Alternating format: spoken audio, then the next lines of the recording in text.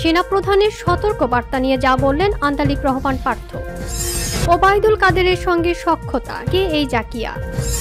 DGFI এর সাবেক প্রধান সাইফুলের বাসা থেকে 2.5 কোটি টাকা জব্দ। কি না করেছি পুলিশের জন্য, সাবেক আইজিপি শহীদুলের কান্না।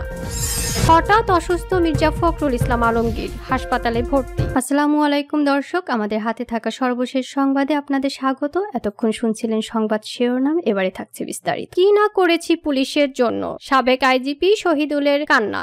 রাজধানীর কাফরুল থানাধীন বিআরটিএ এলাকায় আতিকুল ইসলাম হত্যা মামলায় পুলিশের সাবেক আইজিপি শহীদুল হককে গ্রেপ্তার দেখানো হয়েছে। এদিন শুনানি শেষে শহীদুল হক তার আইনজীবীর সঙ্গে কথা বলার চেষ্টা করেন। এ সময় তাকে বাধা দেন দায়িত্বরত পুলিশ সদস্যরা বলেন, যার সঙ্গে কথা বলেন না কেন আদালতের অনুমতি নিতে হবে। তখন শহীদুল হক আক্ষেপ করে বলেন, কি না করেছি পুলিশের জন্য। সোমবার সকাল 9:35 দিকে একটি প্রিজন ভ্যানে করে তাকে আদালতে হাজির করা হয়। তাকে সিএমএম আদালতের হাজতখানায় রাখা হয়। এই মামলায় সাবেক আইনমন্ত্রী আনিসুল হক, সাবেক খাদ্যমন্ত্রী কামরুল ইসলাম, সাবেক শিল্প প্রতিমন্ত্রী কামাল আহমেদ মজুমদার, শেখ হাসিনার সাবেক উপদেষ্টা সালমান এফ রহমান, সাবেক আইজিপি চৌধুরী আব্দুল্লাহ আল মামুনকেও গ্রেপ্তার দেখানোর আবেদন ছিল। তাদেরকেও হাজির করা হয়। সকাল 10টার দিকে তাদের ঢাকার মেট্রোপলিটন ম্যাজিস্ট্রেট পার্থ ভদ্রের আদালতে নেওয়া হয়। তাদের আসামিদের জন্য ডকে রাখা হয়।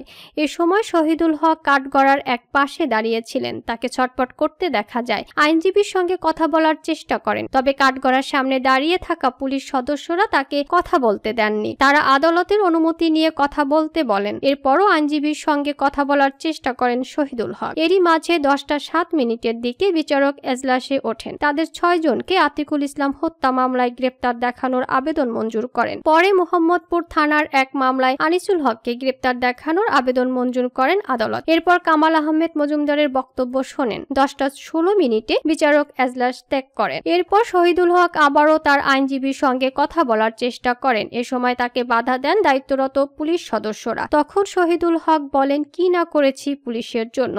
এরপর তাকে সহ অন্যদের সিএমএম আদালতের হাজতখানায় নিয়ে যাওয়া হয়। গত বছরের 3রা সেপ্টেম্বর রাতে তাকে গ্রেপ্তার করে আইন শৃঙ্খলা বাহিনী। এরপর তাকে রিমান্ডে নেওয়া হয়। বর্তমানে তিনি কারাগারেই আছেন। সেনাপ্রধানের সতর্ক বার্তা নিয়ে যা বললেন আন্দালিব রহমান পার্থ।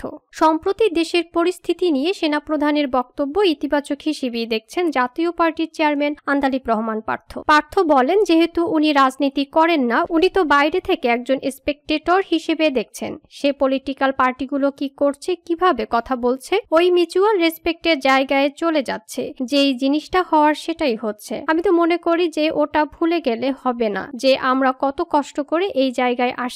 আমরা সবাই যাই করি না কেন, যতই দাবি করি ওই লাইনটা আমাদের ক্রস করা যাবে না, বিকজ আমরা সবাই যুদ্ধ করেছি। আন্দালিব রহমান পার্থ বলেন, যে যার মতো যুদ্ধ করেছে। আন্দালিব রহমান পার্থ বলেন, আমার মনে হয় সেনাপ্রধান সেই কথাটাই বলেছেন এবং মানুষের ওই গুড স্পিরিটের এটা গ্রহণ করা উচিত। তিনি আরো বলেন, আর সার্বভৌমত্ব নিয়ে যে কথাটা আসছে সেটাকে আমি এভাবে দেখতে চাই যে আসলে যদি আমাদের নিজেদের মধ্যে গন্ডগোল হয় তাহলে তো বাইরের অনেক শক্তি অনেক কিছু করতে পারে। সাধারণত আপনার অবস্থা যখন সেটেল থাকে না তখনই বাইরের অনেক ষড়যন্ত্র এখানে চান্স নেয় এবং তখনই সার্বভৌমত্ব প্রশ্নবিদ্ধ হয়। আমার মনে হয় উনি তাই বলেছেন। তাই অন্য রাজনৈতিক দলের এক ধরনের রিয়াকশন থাকতে পারে। আমি আমার জায়গা থেকে এটা প্রচন্ড পজিটিভ ভাবে দেখি। গত স্বৈরাচারী সরকারকে সরিয়ে দেওয়ার ক্ষেত্রে আর্মির একটা বিরাট ভূমিকা ছিল, এই সেনাপ্রধানের একটা ভূমিকা ছিল। সুতরাং আল্লাহ না করুক যদি ওই কাঙ্ক্ষিত লক্ষ্যে আমরা না যেতে পারি, এটা আমাদের যেমন দায়িত্ব,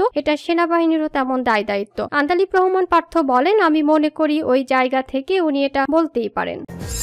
ওবায়দুল কাদেরের সঙ্গে সখ্যতা, কে এই জাকিয়া? জাকিয়া খাতুনের মূল পেশা ছিল বেসরকারি স্কুলে শিক্ষকতা। Panchagarh doctor Abeda Hafiz school and কলেজে সহকারী শিক্ষক ছিলেন তিনি। পরে মহিলা আওয়ামী লীগের রাজনীতির সঙ্গে জড়িত হন। আওয়ামী লীগ নেত্রী মাহমুদা বেগম ক্রিকেট খুঁটির জড়ি জাকিয়া হয়ে ওঠেন প্রভাবশালী নেতা। এছাড়া আওয়ামী লীগের সেক্রেটারি ওবায়দুল কাদের সহ একাধিক প্রভাবশালী নেতার সঙ্গে ছিল তার নিবিড় ঘনিষ্ঠতা। জুলাই বিপ্লবের পর থেকেই তিনি স্কুলে আসেন না। শারীরিক অসুস্থতা জনিত ছুটিতে থেকেও নিয়মিত বেতন ভাতাদি গ্রহণ করে চলেছেন। পঞ্চগড় পৌরসভার সাবেক মেয়র ও মহিলা আওয়ামী লীগ নেত্রী জাকিয়া খাতুন 2020 সালের 28 ডিসেম্বর ভোটারবিহীন নির্বাচনে বিনা ভোটের মেয়র ছিলেন তিনি। সম্পূর্ণ ফিল্মি কায়দায় দলীয় ক্যাডারদের দিয়ে ভোট কেন্দ্রে দখল করে মেয়র বনে যান তিনি। বিগত ফ্যাসিস্ট আওয়ামী লীগ সরকারের আমলে দলীয় পরিচয়কে কাজে লাগিয়ে হেন কোনো অপকর্ম নেই যা তিনি করেননি। দলীয় পরিচয় আর ক্ষমতার অপব্যবহার করে তিনি অল্প সময়ে বিপুল বিত্ত বৈভবের মালিক হয়েছেন, বনে গেছেন জিরো থেকে হিরো। বর্তমানে সাবেক মেয়র জাকিয়া খাতুন হত্যা, নাশকতা, বিএনপি অফিস ভাঙচুর সহ বেশ কয়েকটি মামলার পলাতক আসামি। এদিকে মেয়র নির্বাচিত হওয়ার আগে জাকিয়া খাতুনের মূল পেশা ছিল বেসরকারি স্কুলের শিক্ষকতা। মহিলা আওয়ামী লীগের রাজনীতির সঙ্গে জড়িত হন। আওয়ামী লীগের রাজনীতি করার সুবাদে জাকিয়া খাতুন এখন ধনকুবের, অথচ স্কুল শিক্ষকের মাত্র 22,000 টাকা বেতনের চাকরি করে এখন বাড়ি গাড়ি ধন সম্পদ কি নেই তার। জুলাই বিপ্লবের আন্দোলন ঠেকাতে শ্রমিক হত্যা সহ নজিরবিহীন অপকর্মের পরও তিনি এখনো অধরা।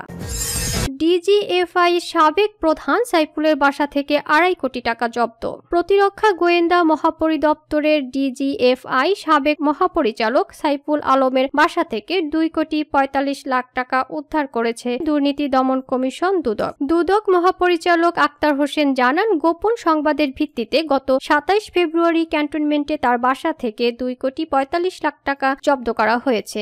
তার বিরুদ্ধে দুদকে একটি অনুসন্ধান চলমান রয়েছে। জব্দ হওয়া সেই টাকা আদালতে পাঠানো হবে বলে তিনি জানান। আওয়ামী লীগের সরকারের পতনের পর সাইফুল আলমের বিরুদ্ধে অবৈধ সম্পদ অর্জনের অভিযোগ দুদকে জমা পড়ে। গোয়েন্দা শাখার প্রতিবেদনে তার নামে অবৈধ সম্পদ অর্জনের তথ্য পাওয়া যায়। গত বছর 5 আগস্টের পরে সাইফুল আলমকে ন্যাশনাল ডিফেন্স কলেজের কমান্ড্যান্টের দায়িত্ব থেকে সরিয়ে পররাষ্ট্র মন্ত্রণালয়ে নিযুক্ত করা হয়। পরে 11 সেপ্টেম্বর বাধ্যতামূলক অবসরে পাঠানো হয় সাইফুল আলমকে। এরই মধ্যে সাইফুল আলম ও তার পরিবারের নামে থাকা হিসাব ও তাদের মালিকানাধীন ব্যবসায়িক প্রতিষ্ঠানের ব্যাংক হিসাব জব্দ করা হয়েছে।